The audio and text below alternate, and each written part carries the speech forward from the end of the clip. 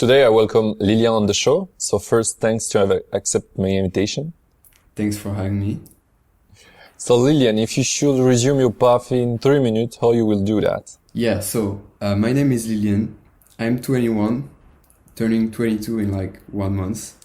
I'm still studying computer science at a French engineering school, and I'm also working part-time in a startup as a developer.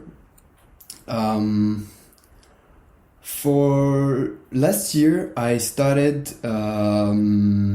to create my own projects with some friends.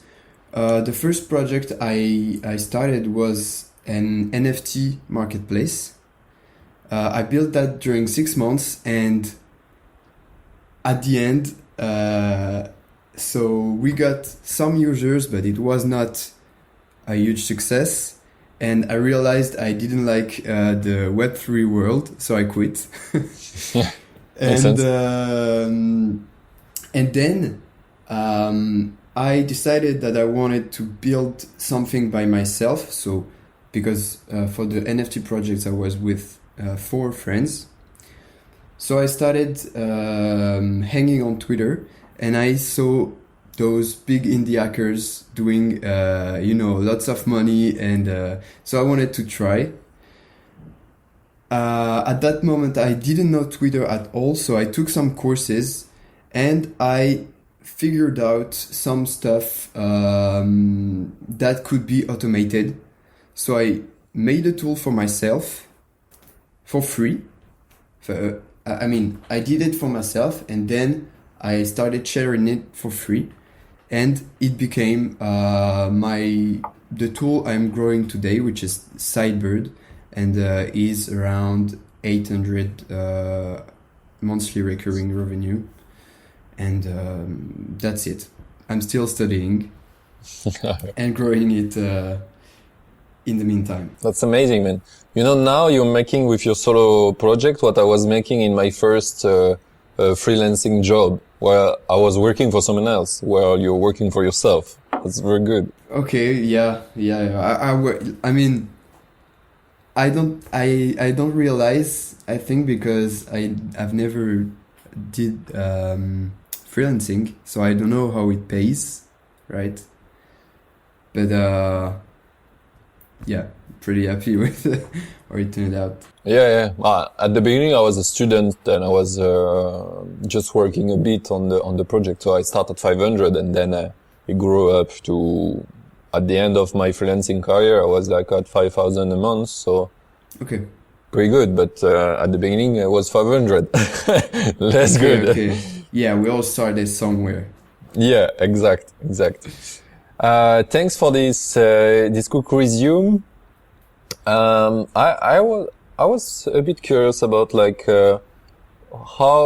why did you start to do a project, since now you're a student? What pushed you to do more than just being a student? Well, that's a great question. I would say that as I'm a part-time, I work part-time in a startup. It gave me I would say, preview of what it is to work in a startup and be just a software engineer, and I realized that I don't want to do that. It's I not hope terrible. your boss will not watch this podcast. Well, he can. No problem. But it's not terrible. Don't get me wrong. I'm just saying that having, a regular 9-5 job, and just having to attend to meetings and things like that, like a lot of obligations, that doesn't fit very well with me. And another thing is, no. That I tried making things by myself, I discovered a lot of other things that just than just coding. You know, I do marketing a bit. I try. I do, I don't know, design. I do, things like that, sales, and even though I didn't Support. like, support also, Yeah. and even though I didn't like them at the beginning, no, every time I have to just code, I find like I think it's boring, you know. Yeah, I agree. And that's why I think a nine to five job wouldn't fit me anymore. So that's why I push my indie projects. If that makes sense. Yeah, it does, totally. So you're doing the part-time job, and it's like part-time school, part-time job, right?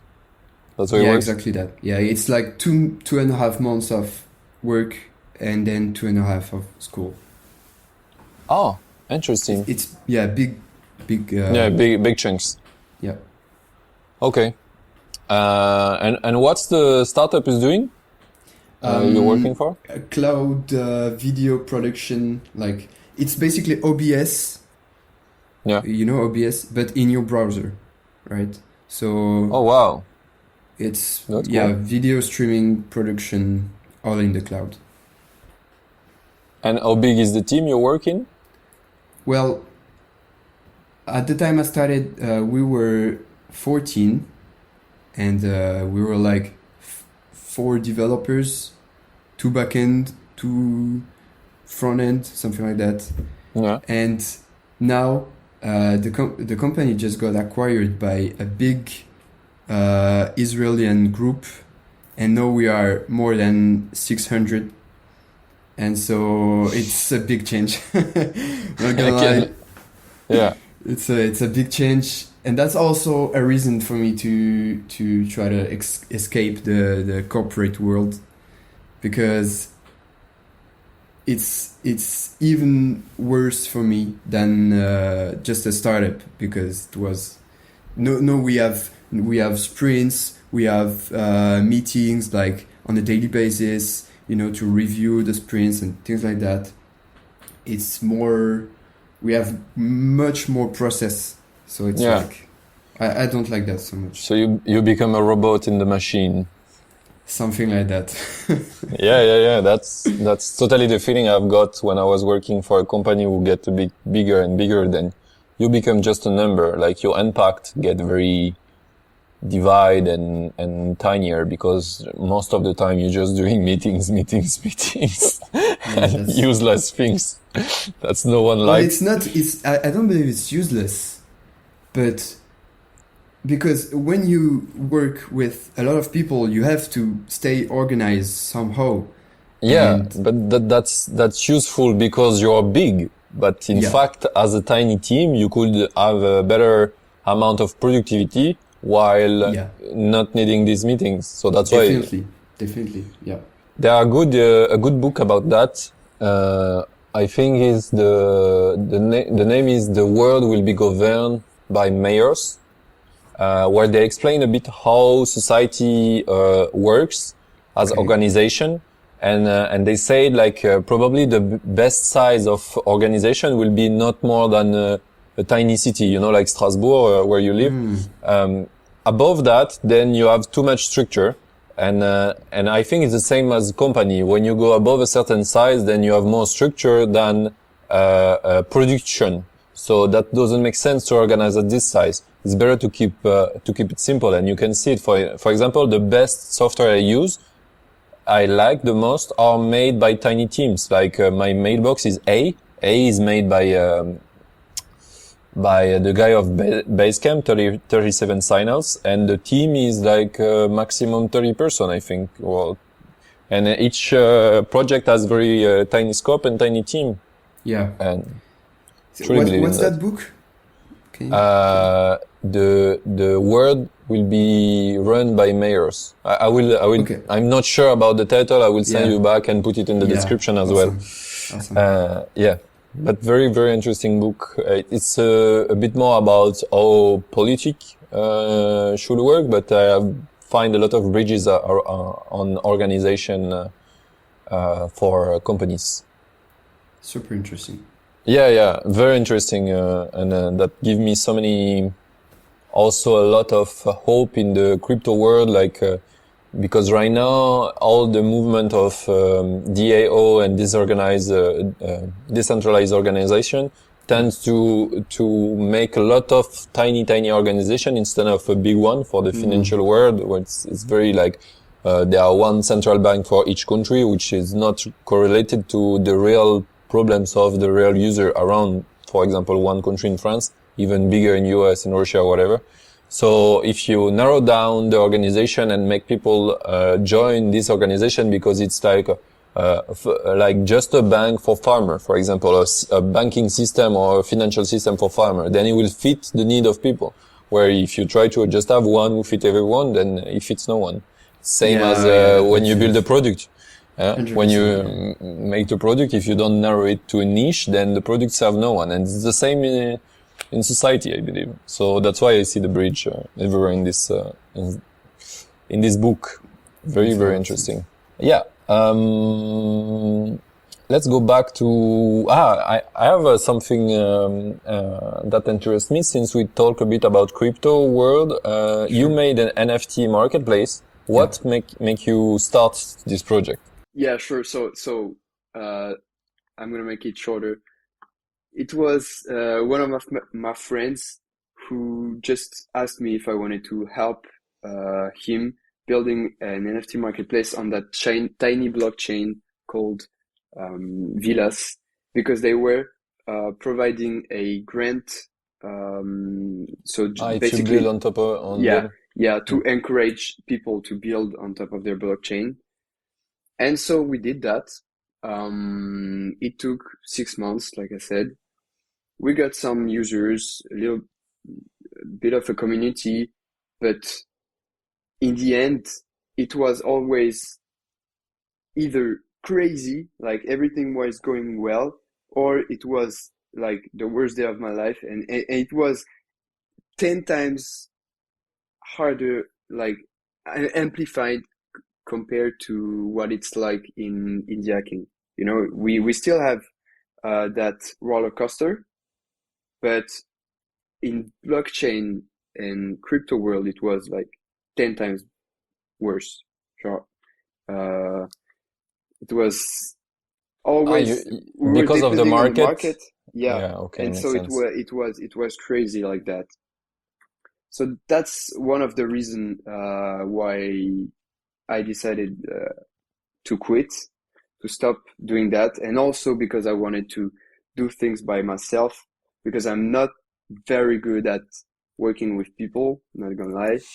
I'm kind of a nerd, so I'm good at managing myself, and it's already something. Yeah, So yeah, I wanted to do things by myself. So yeah, that's why I took the makes step. sense, makes sense. And the platform is still existing? Yeah, it's I can share Yeah, it. It's called Sparkies.io. Sparkies. it's fine. You will send me the link and people will click on the description. It will be Sure, easier. sure. Do you have a chat on this? Yes, here we have a Yeah, chat. okay. There we go. Yes. So it's still alive, but very buggy, probably Can you slow. send also the link of your startup, the one you're Oh working yeah, right sure.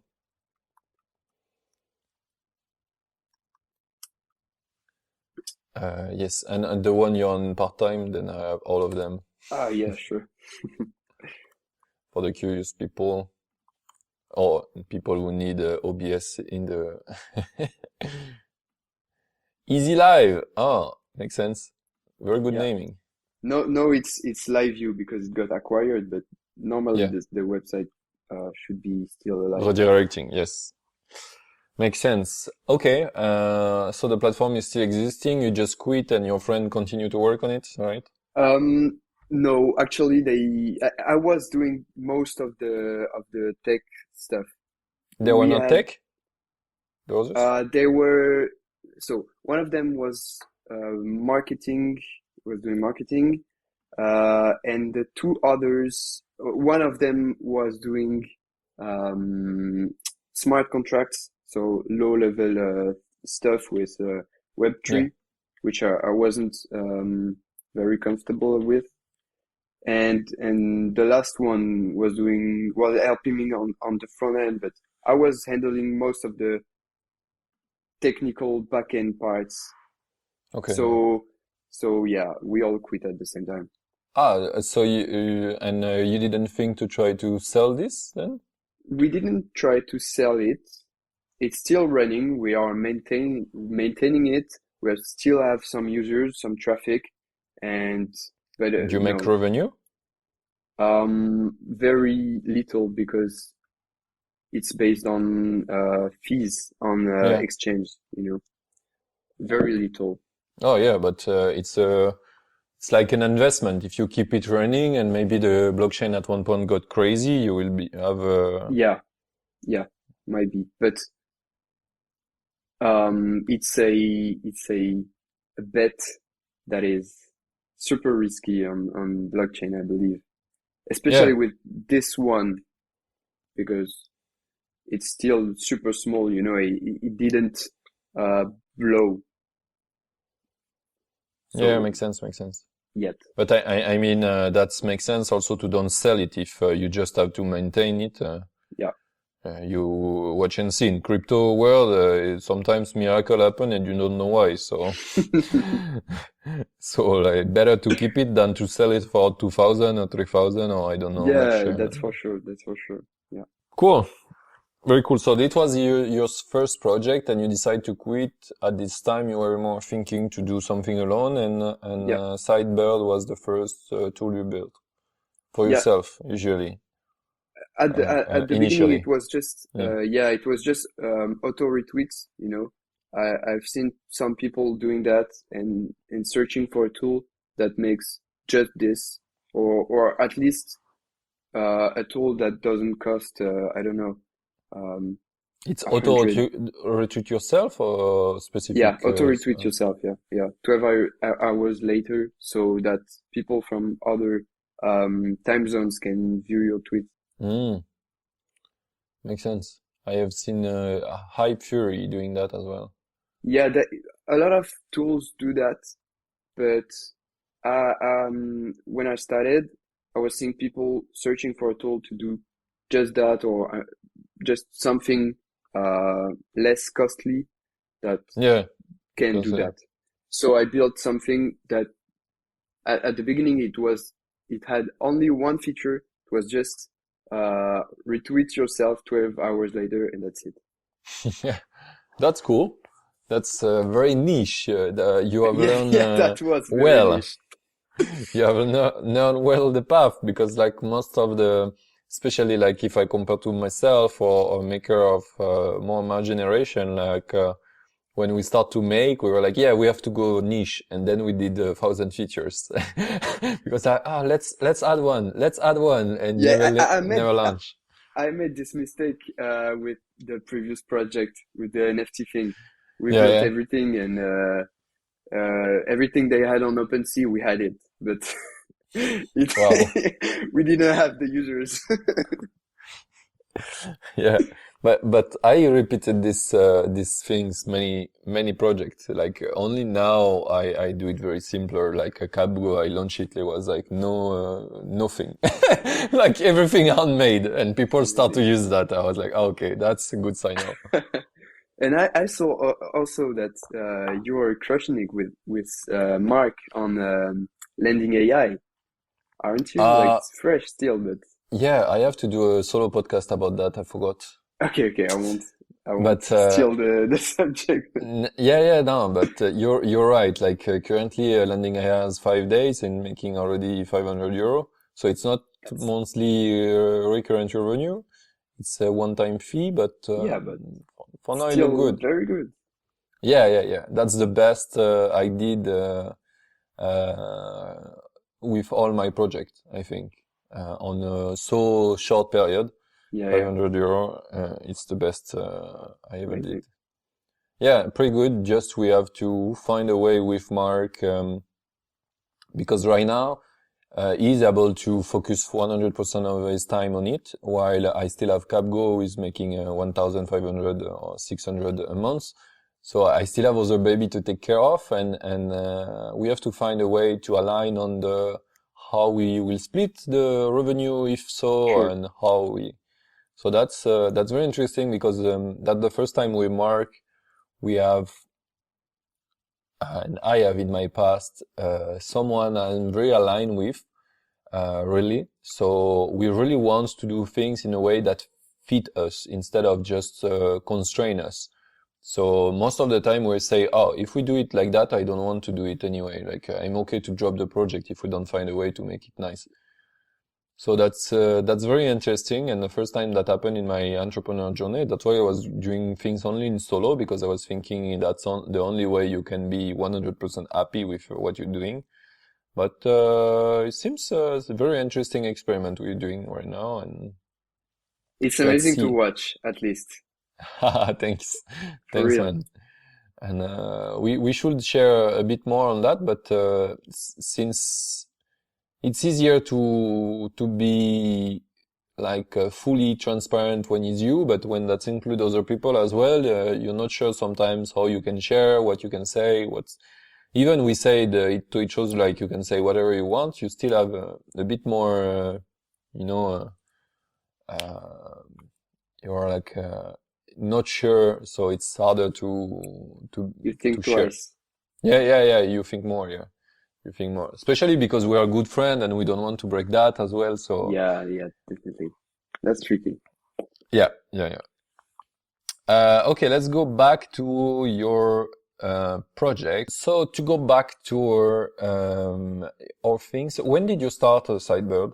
It was 7 months ago, 7 or 8, something like that. And and how long it took you to start monetization?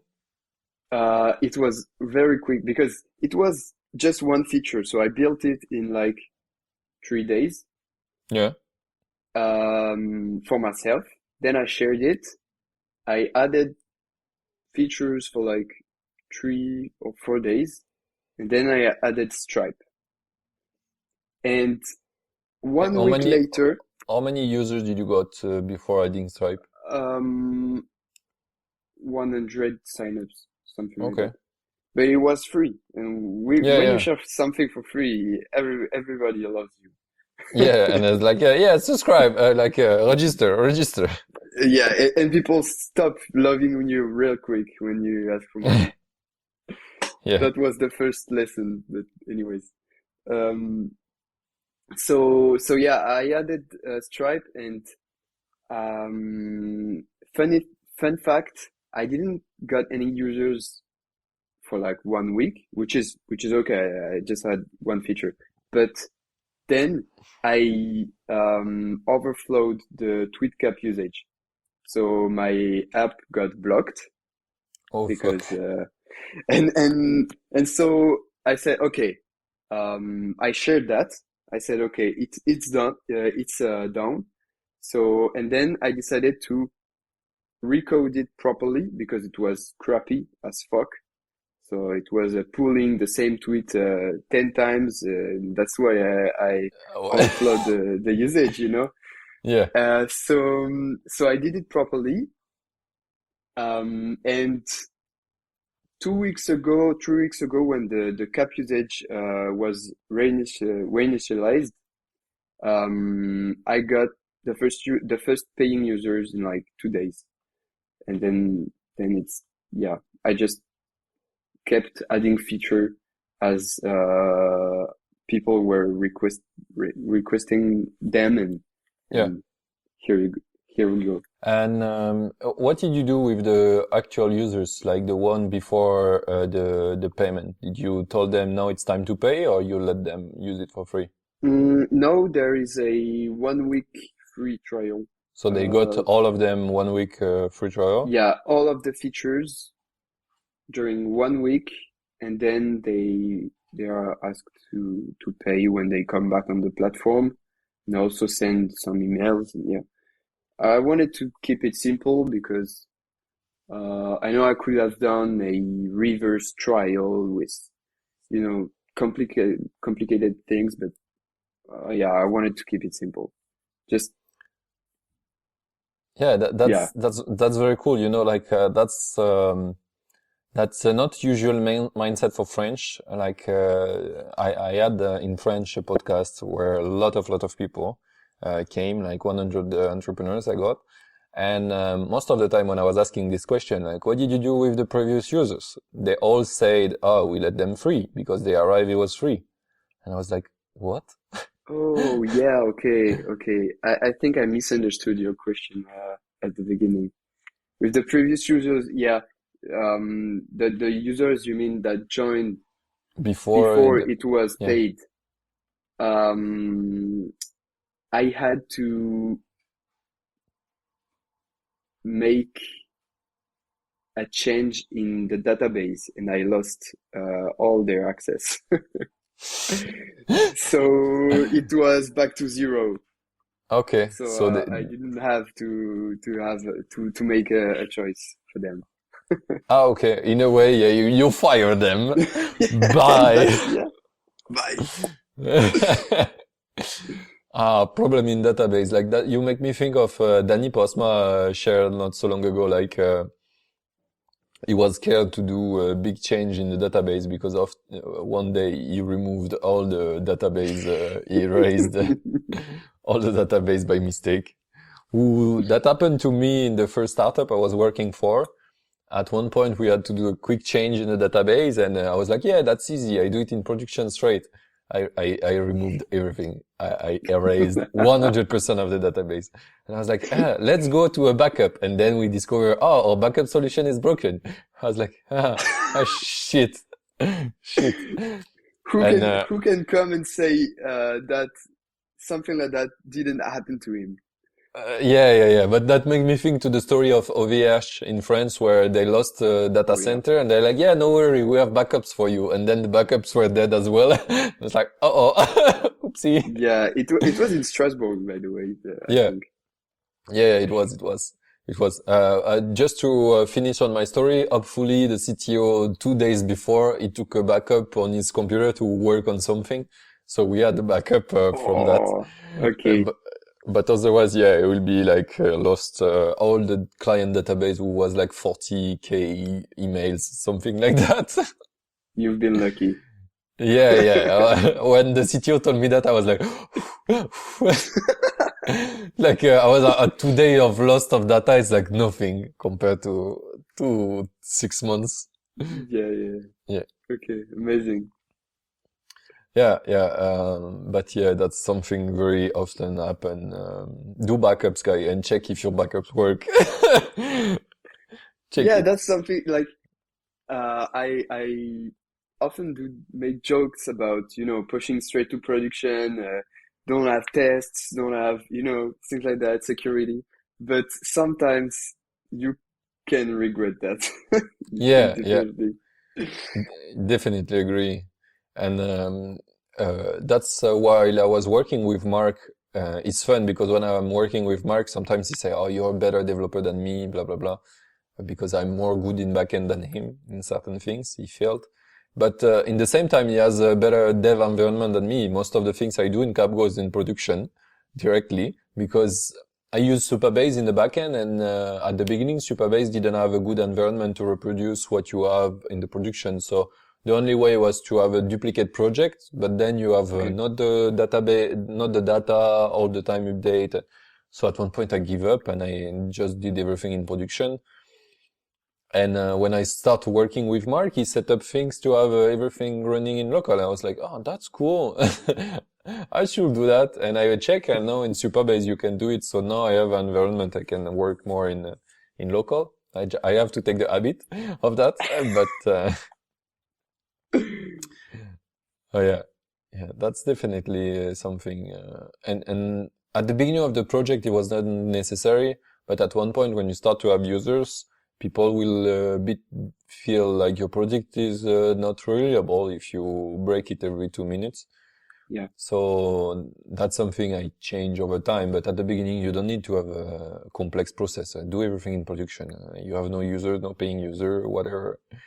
Yeah, you can break it, but Yeah, that's always a tricky question because that's when you add process, you become slower, Yeah, and so it's always a slight balance, super tricky to find, but that's yeah, also what I like about being solo because I'm the only responsible for those things.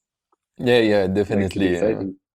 And I share, I have a Discord community for Capgo, and I share on the community what I change. And when someone find a bug, I share also, oh, this guy find this bug is because I did this shit in the code, and it's fixed now.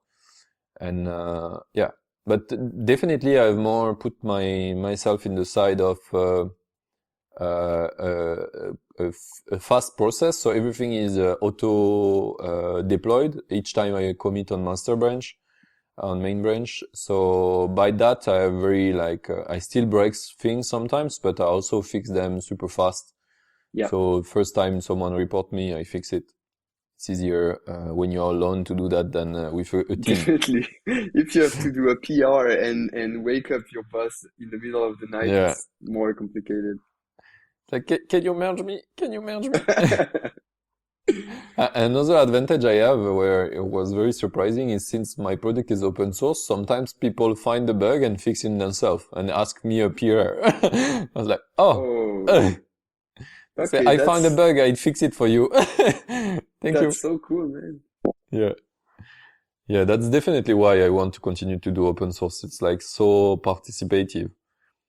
Like, that's very cool. And often people who are the most participating on the project are the people who pay the most. It was very surprising to me. I was thinking the one who pay will not participate, but no, that's one the most have the most incitation to have something working well for them. Like, oh, interesting. Yeah, that's amazing. I got some people asking if I was up to put it in open source, and honestly, I never took the time to do it um, because also I don't know all the license stuff, Yeah. and but it's definitely interesting. I will think about it for the next project. For the license stuff, I was like you, and I just copy paste was what Plausible was doing, Okay. the analytics tool. I Yeah. just used the same license as them, and I published the project like that without thinking. I was thinking if they do it, it's right. I would do the same, and and then I got some feedback in the community, like my license was nice, but not working on every project, like because I have a CapGo, which is a web app. And after I have a capacitor updater, which is a plugin go to the app of my users.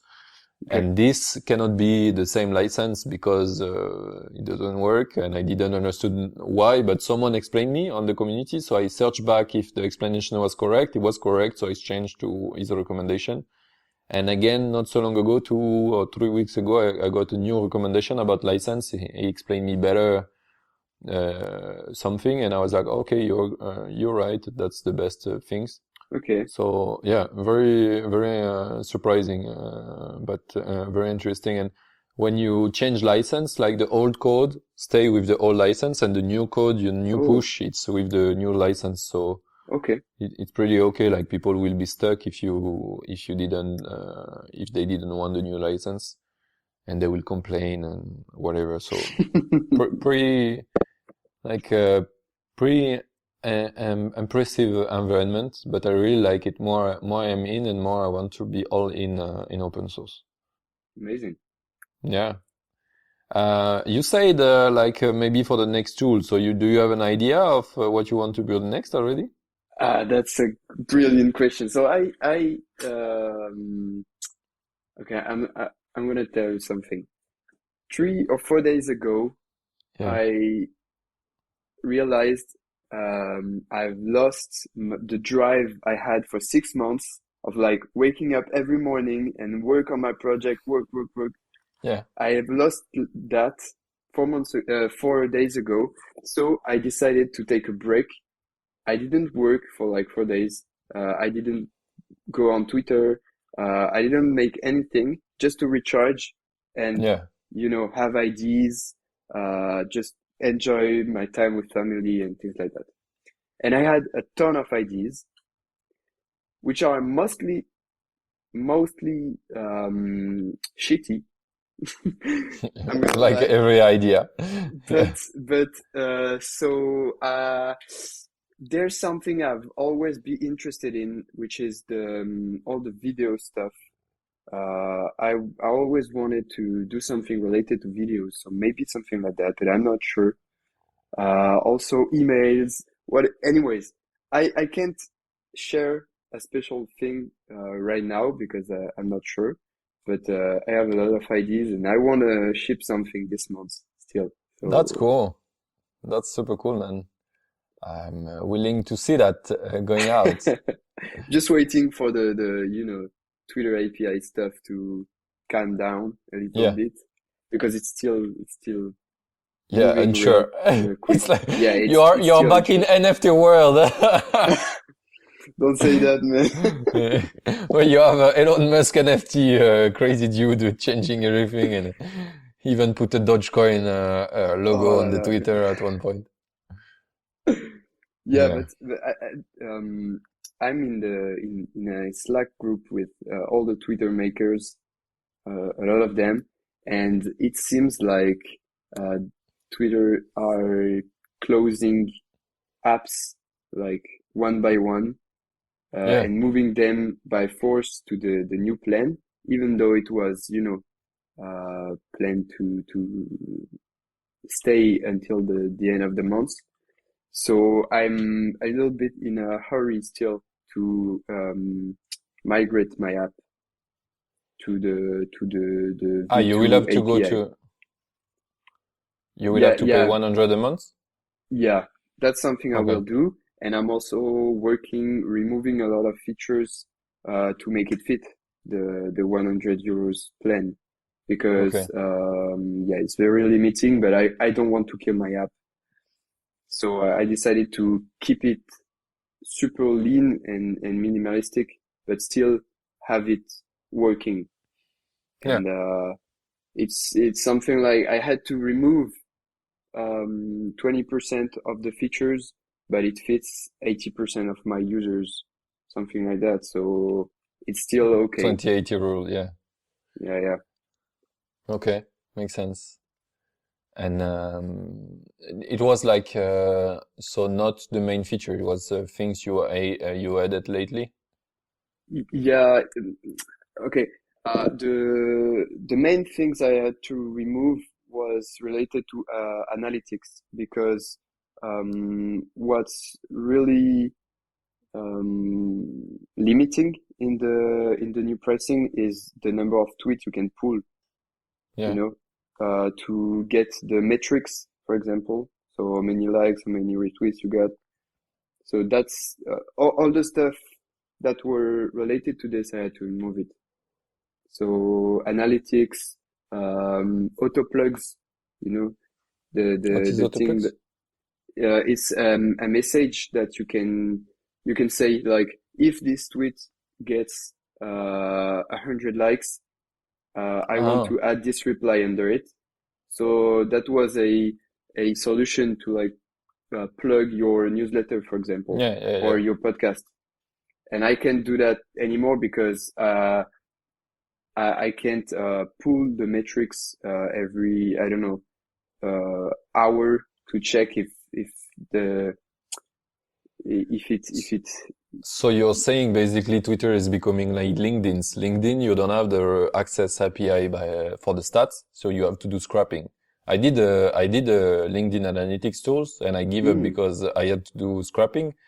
So it was costing me at the beginning, I think, to get the data like every 5 minutes for every user, it was costing me €6 by user by month. Like it's insane. okay, that's a lot of cost. Yeah, Yeah. that's the solution, but uh, I I think, and that's also what few users told me, um, that the main value of my product is that It's not the it analytics. is not the analytics, right? You have tools that are making this way better. So the main value is that it's simple and it's automated, and so you can just jump in, write something, schedule it, and go back to do something else. And it's not overwhelming or anything. That's the main value point, and I believe it. So I will just limit the app to that, and Yeah. we'll see how it goes.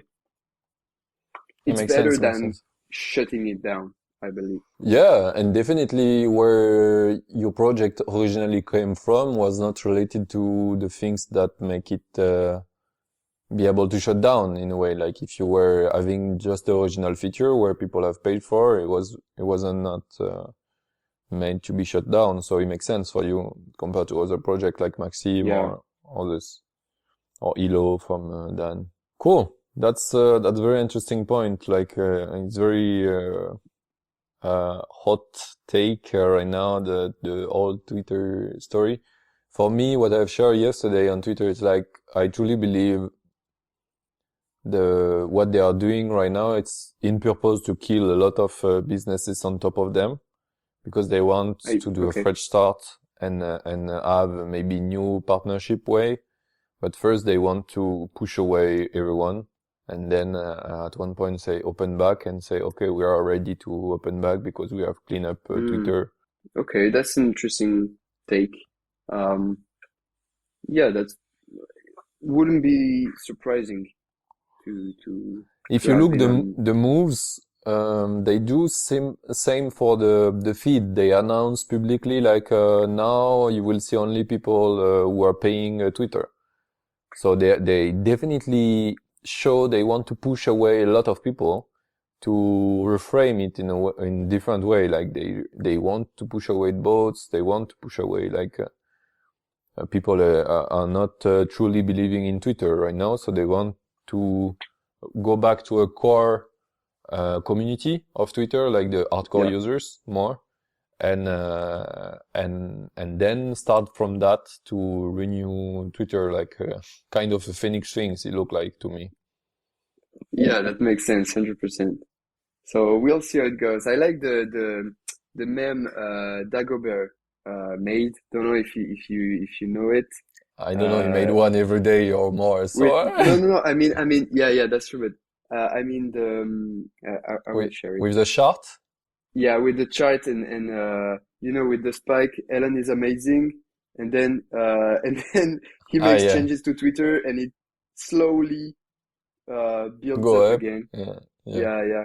So I think this is accurate. Like the more we go, the more I think this is accurate. And Yeah, definitely it is. Yeah. So thanks for that. I think we had a very good talk on this subject. I think we can go now to my questions. There are something I was thinking earlier. It's like, what's the tech behind the Sidebirds? How did you build it? it's like Next.js, Firebase, and Tailwind for the styling part. And I use Node.js for like the backend stuff. Um, so You have a just backend, yeah. yeah, doing the retweets, things like that. Just the process. It's like Node.js. You don't use the Firebase function. You use the No, real backend. Okay, yeah, interesting. because I decided to use what I know, Yeah. and so I did that. I know it could have been more scalable, but I wanted to ship fast, so that's why I did this with Node.js. Yeah, makes sense, makes sense. But I think in next you have Node.js function and Firebase function is Yeah. also a bit like Node.js things, a bit more simpler. But interesting take. So where do you host the backend then? It's on a OVH VPS. In the Strasbourg server? No, hopefully. Yes. Don't do that, please.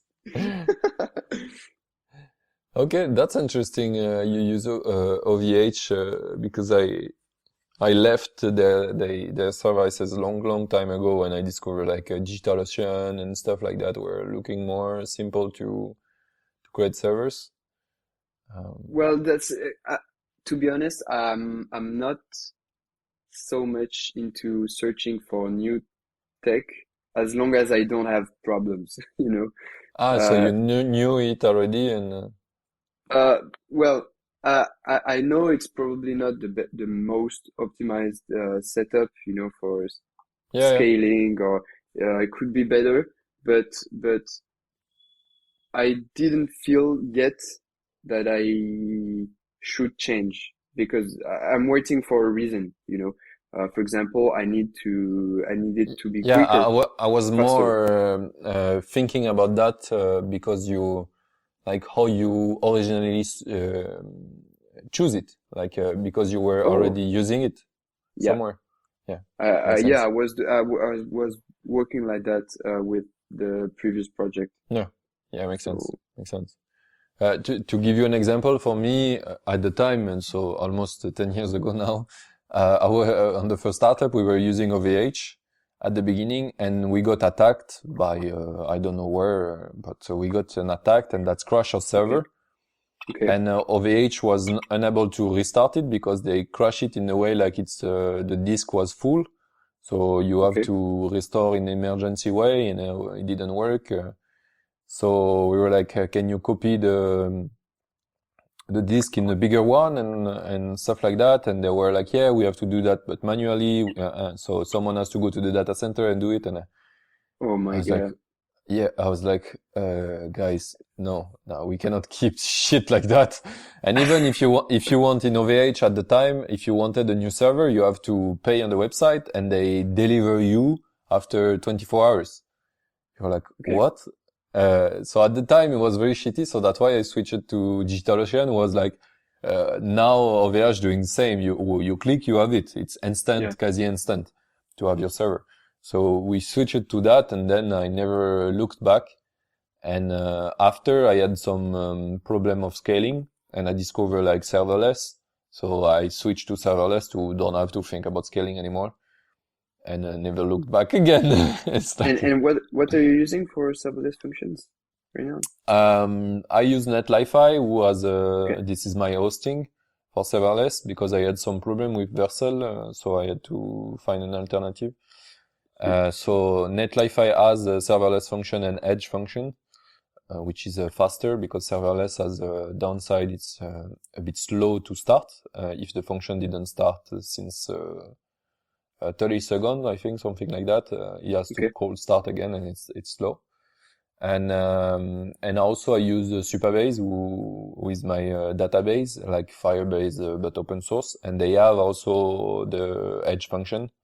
So now I am everything on edge function, which is Okay.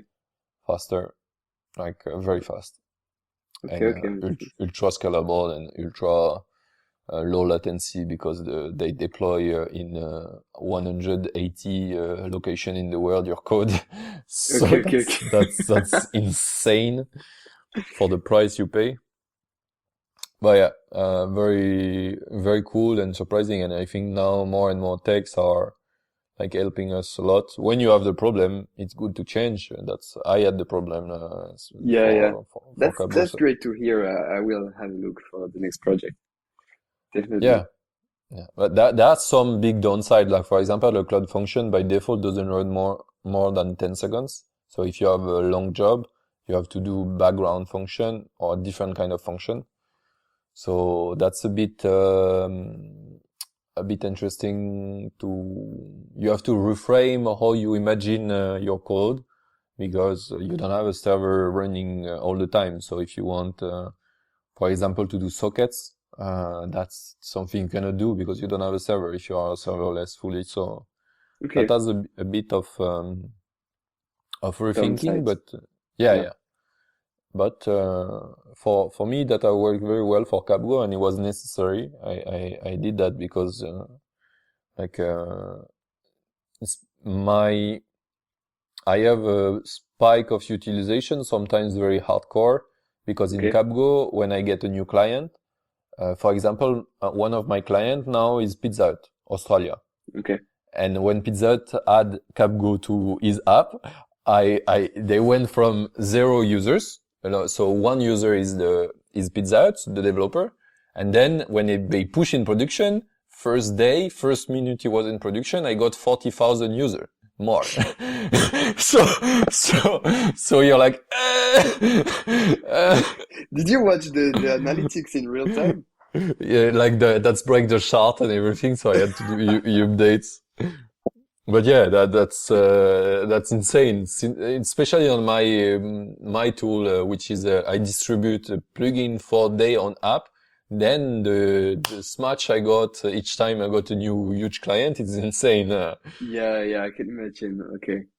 Yeah, and even they have a release a release agenda of every 2 weeks. They do a release. So Okay. you can see like there are no usage, no usage, no usage, and every 2 weeks I got 40,000 people download my. Yes, it's a big spike. So that's huge, and So you need to be scalable, right? yeah, yes. That's why I did something scalable, because when I start to saw that even for my own apps, I saw like this is not normal this is not regular. Even if you have, for example, a kind of Node.js server who do auto scaling, you don't auto scale in one time to 40,000 like that. Yeah. That's more complicated. Or you're gonna have a lot of DevOps script to predict that, and Yeah. This. no, serverless is just like it cost me a lot when that's happened, but that's compared to the price they pay, it's yeah, I'm still winning. So that's very good, and that's also something I discovered which is very good for my pricing. I can calculate my cost by user, like exactly. Okay. Because I know for one apps how many call to the function it will do. So I have a exact price of the cost, so I can do from the cost what is my pricing. And Okay. that's the first time I got this ability, because before on my product I was like 29 euro, because I don't know how much keyword cost me around. Now it's Yeah, way you have to. easier. Okay. That makes sense as well. Yeah. Yeah, the first time I made the Google Sheet with the paper where I could calculate everything, I discovered, oh, I have one plan, I'm losing money. Yeah. Yeah, was very fun to see. But I was very losing, like I was putting people pay like 99 euro and it was costing me 180. I was like, something is wrong.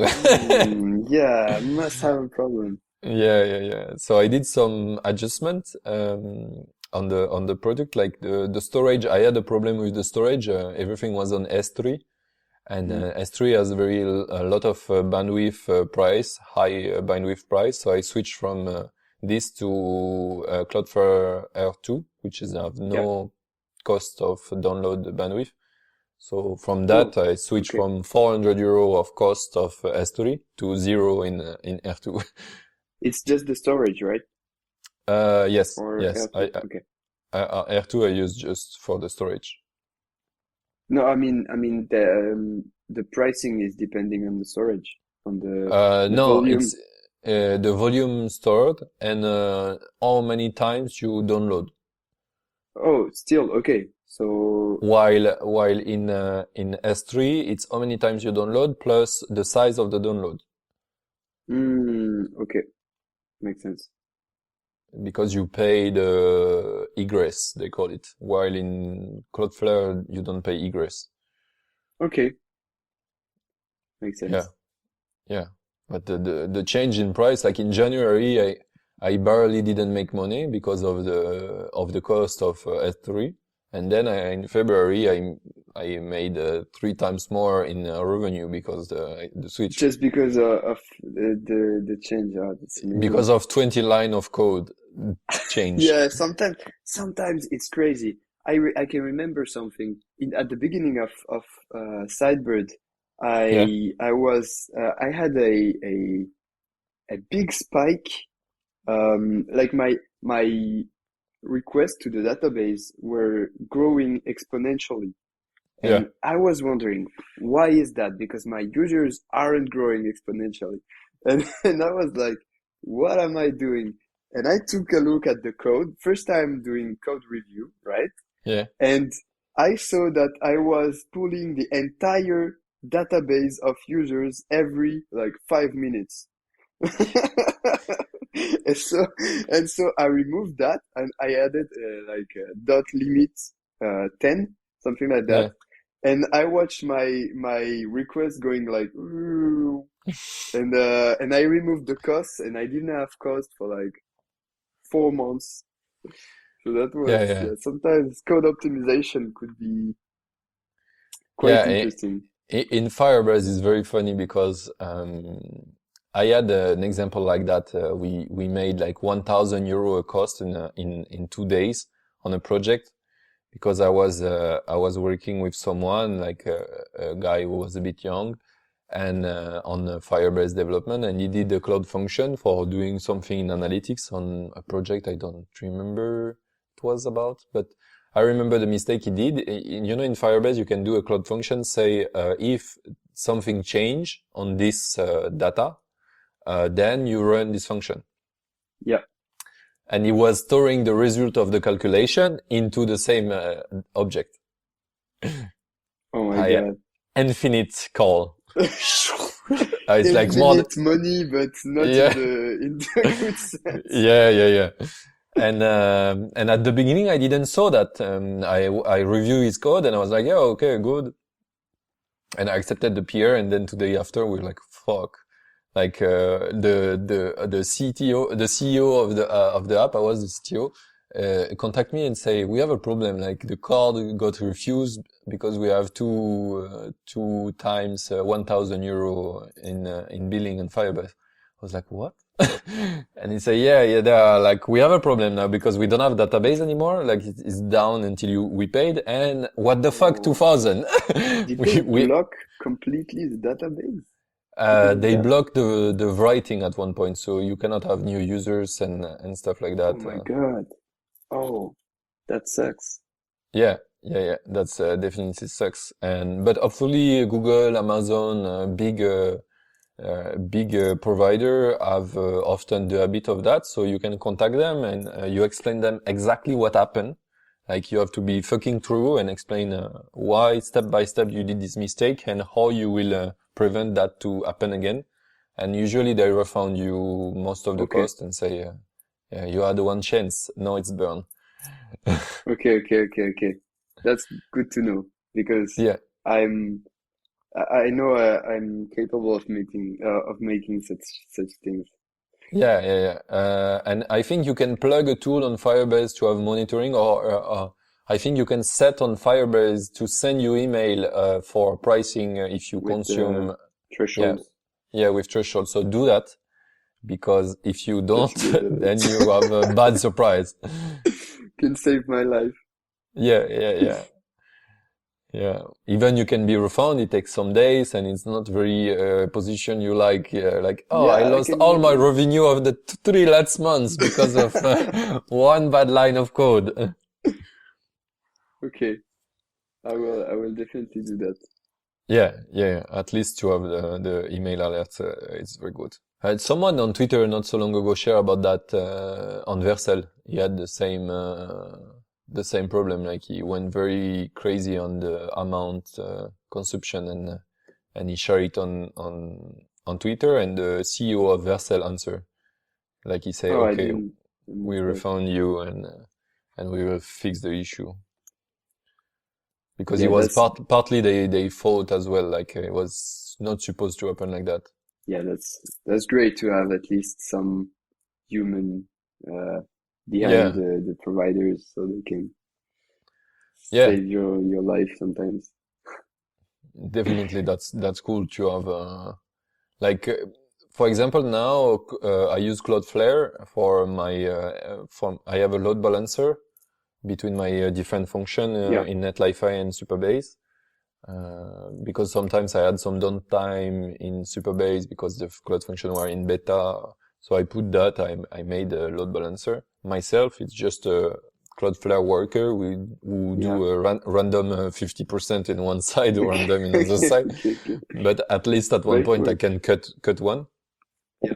And I wanted to use the real feature of load balancer they have because it's better if with DNS load balancing instead of running a Cloud function each time. And I couldn't figure how to configure it. Each time I configure it, it doesn't work. So I was like trying to contact the support, and it's impossible to have them. You have to. I didn't find a way. And I post in the forum somewhere, no answer, no answer. I keep not having answers, so I cannot use the load balancer feature and pay for it because they don't answer me. And it's like when you reach that, it's a bit sad, you know. Like, For but yeah, Supabase. it's Cloudflare. No, Supabase Ah, is super Cloudflare. active. Yeah. Yeah. So yes, Supabase, each time I have a problem, they direct explain me what was the issue and how I can solve it. Like, for example, that's when I got the 500 euro of S3, they explain me it's because my usage and blah, blah, blah. And they say, right now we don't support other than S3 because it's built in into the project, into Supabase. But if you want, you can use R2. It's pretty easy to replace. Okay. So they explain me how to don't pay them 400 euro. It was very nice to them, you know, like I could, That's fair. That's fair. yeah, that's super fair. That's super fair. No, it's very cool and also open source. So sometimes I had problems and I just push the fix into the code base and Oh, no really? problem anymore. Yeah, yeah. You did that? Okay. Yeah, like when you can Supabase is a bit hard because sometimes the language is like they use Go, they use Elixir, they use a lot of language I don't like. But often it's easier. I do complain on an issue on GitHub, and I see after one day no one cares, so I go and I read the code and find the solution, and then got accepted. Okay. Self-support. Yeah, that's something cool about um, open source, definitely. Yeah, I love that. I love that. And that's something I don't like, for example, in you know, my mobile apps, I do it with Ionic. And the first time I tried to do open source was for Ionic project because I had some issue and they always refuse my pair. Like since the beginning, I never got Okay. something accepted in the main repository of Ionic. I got on the other one, Capacitor, because the guy which is working there is nicer. But the one in Ionic, I was like, what the fuck, guys? Like, I have a problem, you don't answer, I fix it myself, and then you refuse to allow my fix to happen in the project because they say, no, it doesn't go fit the direction of what we want. Yeah, but I have the problem, and other people say, yeah, I like it, please merge it, and you don't care. It's like, what the fuck? But that's the only open source project I saw doing that. That's a bit like Okay. not listening the community. But that makes sense because their project is paid by the people who are not the users of the community. Like Ionic, the money come from big corporate and Mm, big contract. That's why I was okay. able to do my project because they don't care about the makers. So I made it for makers. Yeah. Interesting.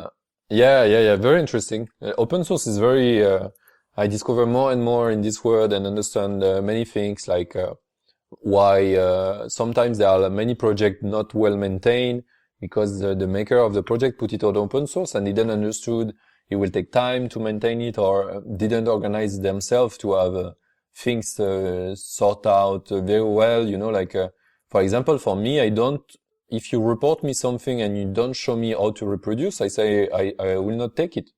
Yeah. And some other maker have tried to fix the problem of everyone without knowing how to solve it and how to reproduce things and they just like at one point get bored of trying to do that, so they stop to take care of their Yeah. project. And for me, I had this in my previous experience company. I had this like people reporting issue but don't know how to reproduce them. And at one point I was like, yeah, guys, I will not spend 4 hours trying to reproduce your shit if you don't explain me how to do that. So or you give a reproduction or there are no fix. And when I start to do open source, I was like, I will put the same rule. Like if you want me to work for you, then make my job easier. Otherwise do it yourself. Yeah, that's tricky, and that's also a bit related to support, making support, right? Yeah. Sometimes I get requests of people telling me they got crazy behaviors, like um, strange things, really. And I try to reproduce them for like 1 hour and I can't. And then I'm like, okay, I won't spend 1 extra hour. So please tell me how you did that, or I'm sorry, but I can't help you, right? That's that's also quite tricky to learn how to, the human part of like Yeah. running a business like that, even though Yeah. it's Yeah. not open Yeah, source, but definitely I do the same for support for paying user. I have made some tools to help them to find cool. because CapGo is also a tool you install in their apps, so Yeah. sometimes they have bug in their code.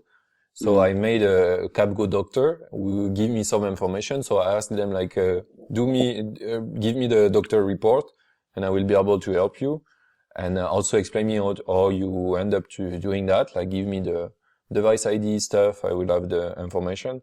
But yeah, for me it's very crucial for people. Like if you tell me it doesn't work, I say okay, cool,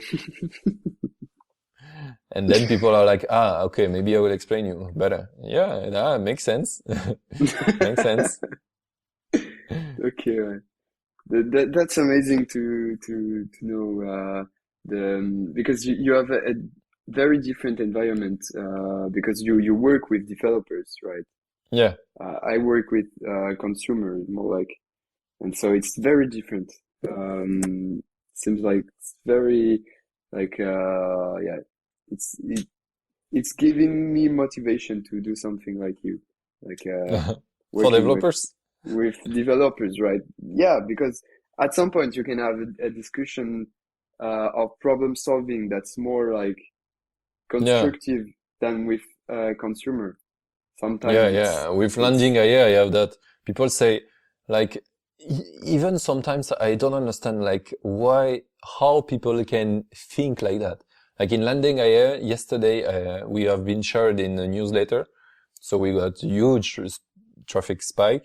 And I got like, 4 or 5 people saying my product type is not present. And I was like, and why not you tell me what is the product type, fucker? It's like, what's the point of saying that? It's like the same as the phone company saying someone have called you and didn't let a message and the number was unknown. Yeah, don't tell me that. That's yeah. useless. Like, give me information or not. I don't care about like that, things like that. Yeah, yeah, okay.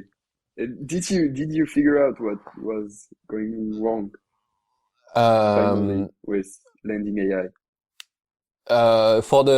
you mean for the form? Right now, I have an idea of making that in the form of a conversation more, like one message appear, you Yeah, yeah, answer like a yeah. chat, and then he give you the result. But right now, I'm more like watching and see. We will launch in Product Hunt in 2 weeks or 1 week something Okay, now. So I'm waiting that to see how we can improve, and we still got many feedbacks okay. on the thing. So let's see. I will maybe hide all the step to see if that help. But right now, in fact, it's not for me. It's not like a big problem. It's something we can improve, but we have 3% conversion. So it's pretty good. It's like Which we're is the great. average. Which is good. Yeah, Yeah. yeah, yeah. It's the average of all my projects. Like, You mean conversion from visitor to like paid user? yeah. That's amazing. 3% is Or okay. maybe not. Maybe it's from the people start the form. Maybe, yeah, I say shit. It's from, they start the form.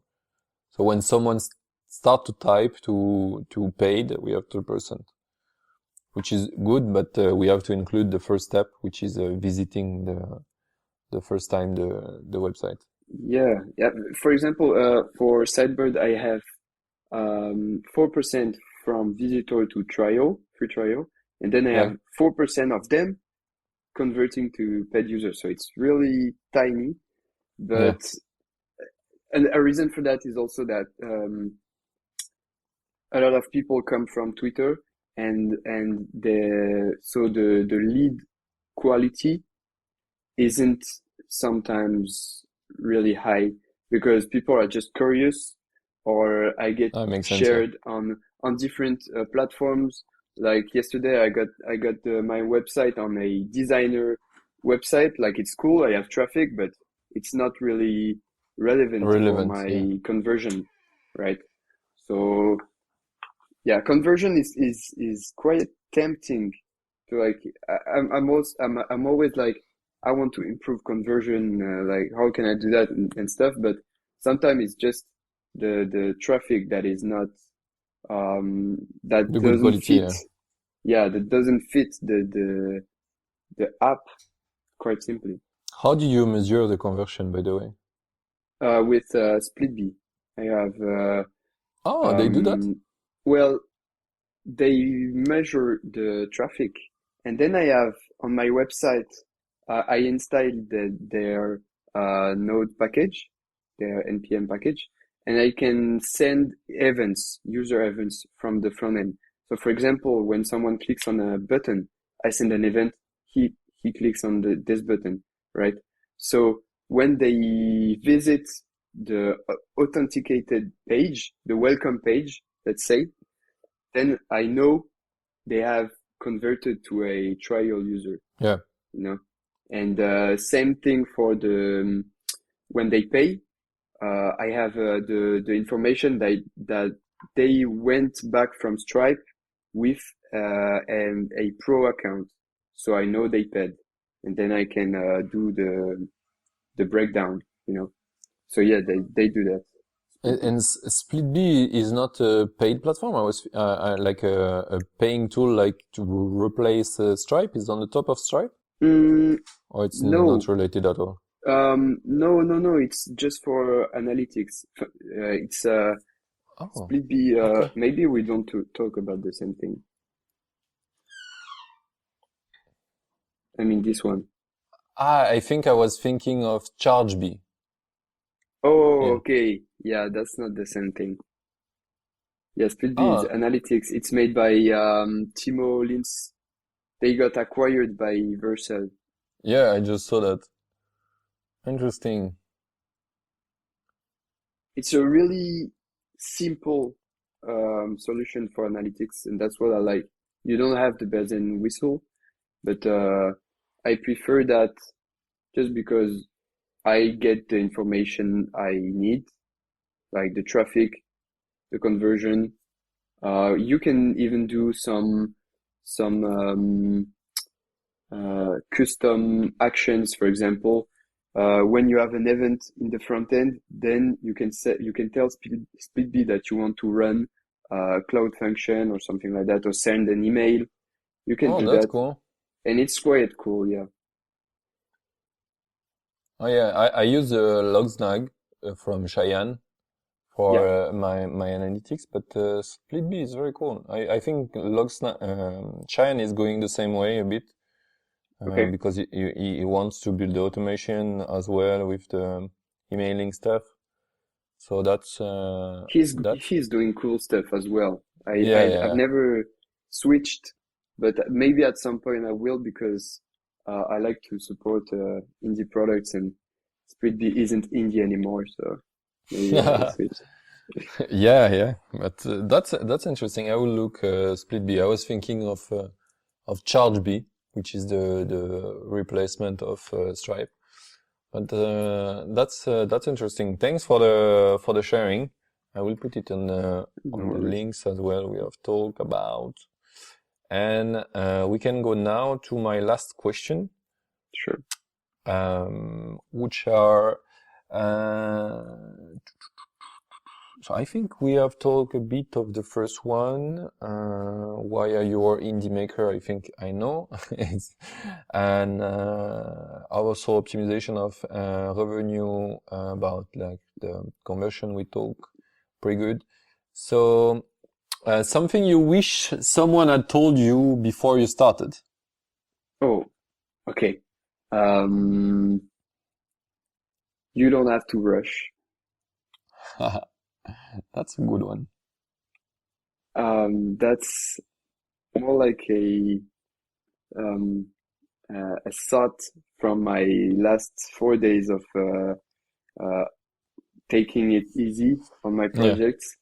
Because when I work um, heads down on my project, I sometimes forget that I don't have to become a millionaire in like 2 weeks, you know. So it's yeah, okay to have a plateau in my growth. It's okay to lose some users. It's okay. I don't have to stress it. And yeah, so maybe you don't have to rush, and and it's okay to take breaks. And also, I've heard something uh, yesterday in a podcast, which is work like a lion, not like a cow. You know, a cow is slowly working, like eating the same at the same yeah. pace all day, 24/7. But the lion is observing, is waiting, and then he sprints to Attack. get Yes, and then he eats and he rests. makes sense. Cycle is very nice. Like otherwise, like a core is more like if you like a robot, it's doing the same things over and over again, and there are no much evolution. At While some point, yeah, you can't expect different results if you do the same yeah, thing over and over. I like this quote. If you want to have the output no one has, like you have to do the things no one do. That's a good one And too. yeah, that's very nice. And also there are something I can give you. It's like you can relativize. Like you're 21, and that's amazing what you're doing already. Like Thank you. I dreamed to do the same at your age, and it took me 8 year more. Thank you. Thank you.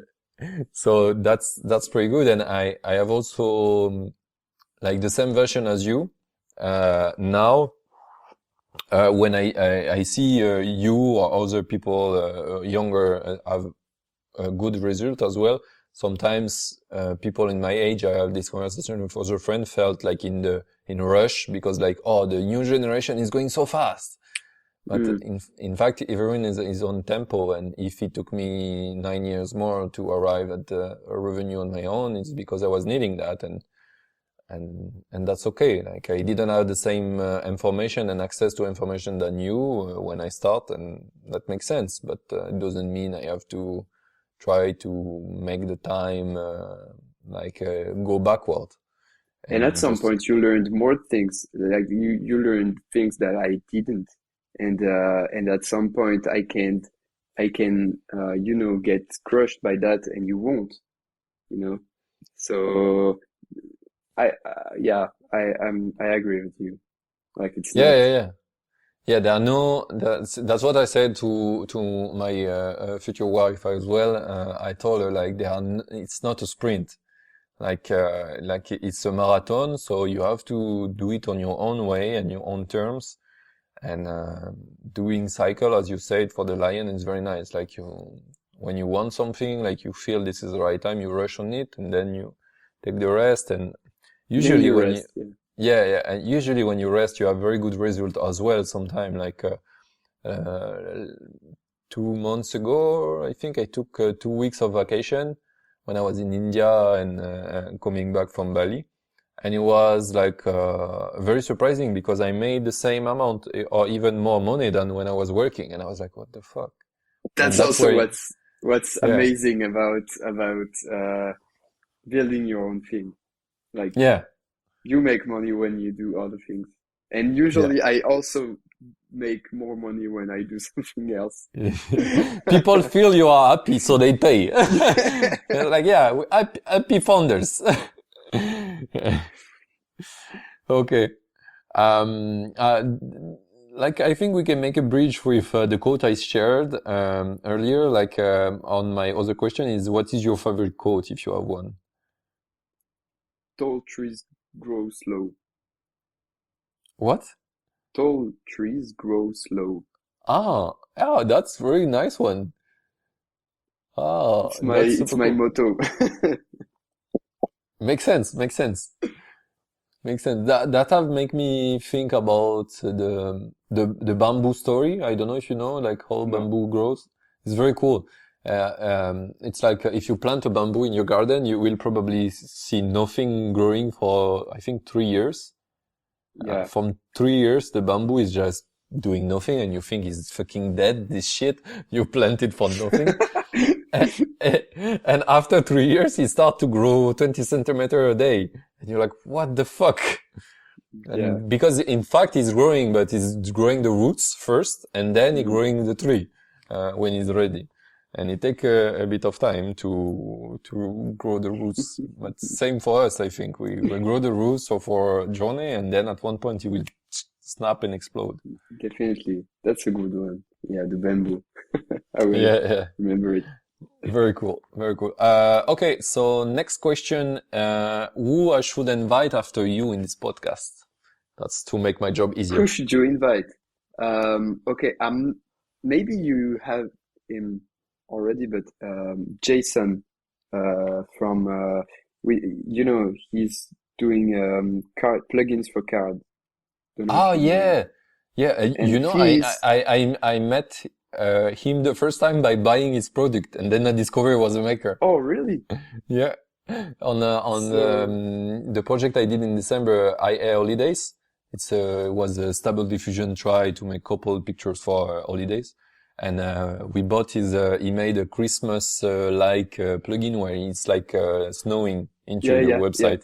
So I bought that, and then I discovered that's a maker. Okay, that's amazing. Yeah, he's always like I'm always chatting with him on Twitter, and he writes, he writes takes on thoughts he has, Yeah. and he just shares them on Twitter or on Substack or whatever. And yeah, I really like his approach. He's very diversified, so Okay. he's making like plugins for card, plugins for whatever how is it called? WordPress. Not WordPress, but Webflow. He's doing Yeah. a writing SaaS, which is called uh, okay, I forgot, but yeah, he's It's doing fine. very different I can find stuff. them later. Yeah, Yeah. definitely. And I think that would be very interesting to have a talk with him. Okay, super cool. I will invite them for sure. Sure. Invite him. And where do we send people who wants to know more about you? Easy question usually. On Twitter, I guess. Yeah. So at _ just Lillian. And, Just Lillian. That's an easy name. Thank you. Because last people I got on the podcast, the name was like, no one will understand. sometimes names on Twitter are like very complex just because the handles have to be unique. That's Yeah. also I'm this morning I claimed a new handle I was looking for, which is Lillian Ships. And but so I have it on another account, and I don't know if I will switch Yeah. because it breaks every Links. time you Yeah. get tagged, so it's great shit. But yeah, for now it's just Lillian. Okay, perfect. Thank you, man. It was a pleasure to have you in the podcast. My pleasure, really. So happy to have done that. If our listeners have very enjoyed it as well, I recommend you to send chat to Lily on Twitter. Tell him thank you. That's super important. That's make us feel we're not doing that for nothing, and people have enjoyed it. And if you have questions, feel free to ask him. I'm sure we'll be happy to get in contact with you guys. And other things, you can also tell me feedbacks about the podcast, what I can improve, what I can ask more, if you would like, if you want me to be more technical as we did, for example, a bit today, talking about more the tech behind. Tell me, I am there to listen that, and just contact me on Twitter, like him, very easy, in the description. And if you like it, see you next week. Bye bye.